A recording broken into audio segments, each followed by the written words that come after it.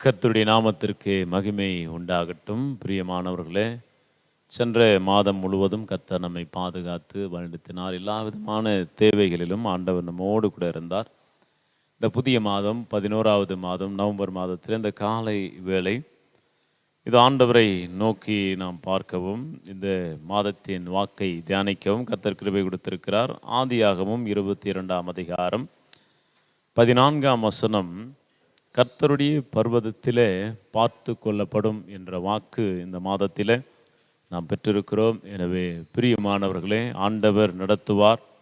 அவர் அழைத்த இடத்திற்கு நாம் செல்லுகிறவர்களாய் அவருடைய பர்வதமாகிய ஆலயத்திற்கு நாம் எப்பொழுதும் செல்லும் பொழுது ஆண்டவர் நமக்கு தேவையானதை கர்த்தர் பார்த்து கொள்வார்.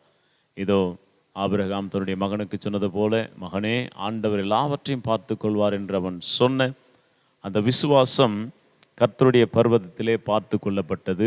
கர்த்தருடைய பர்வதத்துக்கு ஆபிரகாம் சென்றார். அங்கே முன்கூட்டியே அவனுக்கானதை ஆண்டவர் ஆயத்தப்படுத்தி வைத்திருந்தார். மூன்றாவது, தன்னுடைய சொந்த கண்களினாலே அந்த அற்புதத்தையும் அதிசயத்தையும் அவன் கண்டு தன்னுடைய மகனை ஆசீர்வாதமாய் மீட்டு கொண்டு தன்னுடைய வீட்டிற்கு திரும்பினதை நாம் பார்க்கிறோம். எனவே இம்மாதம் கர்த்தருடைய பர்வதத்திலே பார்த்து கொள்ளப்படும் என்று வேதம் சொல்லுகிறது. நம் ஆண்டவருடைய திருச்சன்னதியிலே சேர பார்ப்போம். இம்மாதம் முழுவதும் ஆண்டவரை நாம் எப்பொழுதும், இந்த மாதம் மாத்திரமல்ல, நம்முடைய வாழ்க்கையிலே எப்பொழுதும் ஆண்டவரை நாம் சந்திக்க நினைக்கும் பொழுது, ஆண்டவர் குறித்த இடத்திலே நாம் சென்று நிற்கிற பொழுது நமக்கு ஏற்படுத்தி வைத்திருக்கிறதை நாம் பெற்றுக்கொள்வோம். நம்முடைய சொந்த கண்களினாலே அந்த ஆசீர்வாதத்தை காண்போம் அப்படிங்கிறதுல சந்தேகமில்லை. இந்த மாதத்திலே கர்த்தரை விசுவாசிப்போம். விசுவாசிக்கிற பொழுது ஆண்டவர் அந்த அற்புதங்களையும் அதிசயங்களையும் அவரே பார்த்து நமக்கு ஆசீர்வாதமாய் கொடுப்பார் அப்படிங்கிற சந்தேகம் நமக்கு வேண்டாம். ஏனென்று சொன்னால், ஆபிரகாமை அழைத்தவர் ஆசீர்வதித்தார்.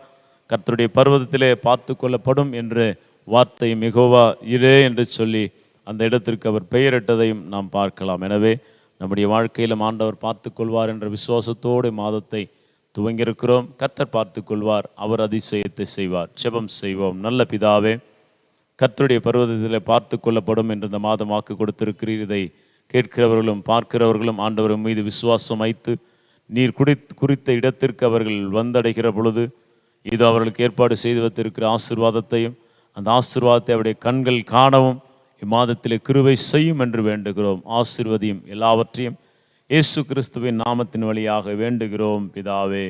ஆமேன், ஆமேன். Have a good day.